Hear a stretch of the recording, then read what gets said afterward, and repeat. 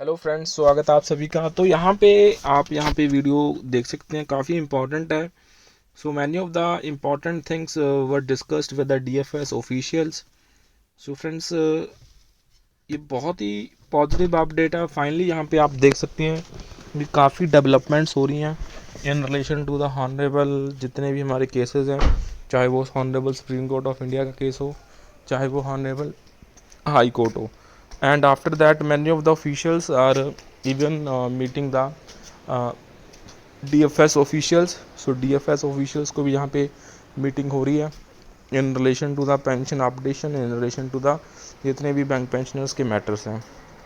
So this is a very official और बहुत ही पॉजिटिव न्यूज़ है दैट फाइनली जो डेवलपमेंट है in relation to the bank pensioners matter वो यहाँ पे बहुत जल्दी रिजॉल्व हो रही हैं and that are being taken care.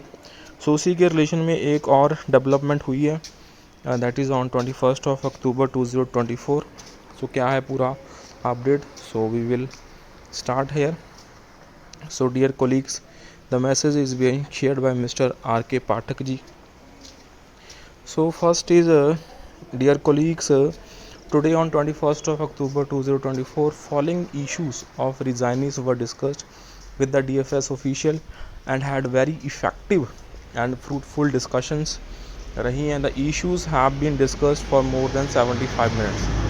So you can see here, so broken period service का मैटर उठाया गया, its interpretation and the application for employees prior to January 2002 and also thereafter, and pension option with 15 years of service को यहाँ पे उठाया गया है। Pension option for resigned pension optees को उठाया गया है यहाँ पे। Delayed implementation of settlement with prospective close causing loss to the employees. So implementation यहाँ पे कहीं ना कहीं डिले हुआ है।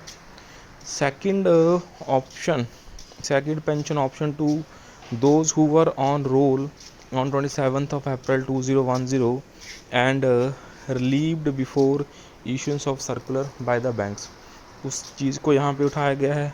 banks harassing the employees on submission of documents. So this is for the information in the matter. Thanks and regard Mr. R.K. Pathak. So friends, you can see जो matter है यहाँ पे वो डिस्कशन के लिए काफ़ी ज़्यादा उठाया जा रहा है। सो इसी के it is my humble view that the issue of inordinate delay in settling right the normally in calculation of ex gratia amount to pre 2002 retirees could also be raised. The matter was included in the representation made to DFS by one of the central trade union, that is BMS. United Farmer Bank Union had assured in April 24 itself that IBA would soon advise banks to recalculate the ex gratia by applying 100% DA notionally for October 2022, but this is yet to be done, Mr. K.N. Ramani ji.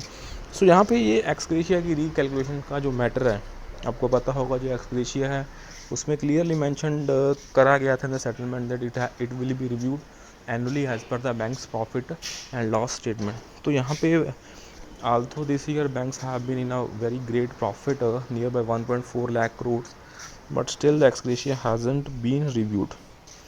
So that's all for this session. So please make sure to share this update, and you can support us by subscribing to the channel and moreover by clicking the join button.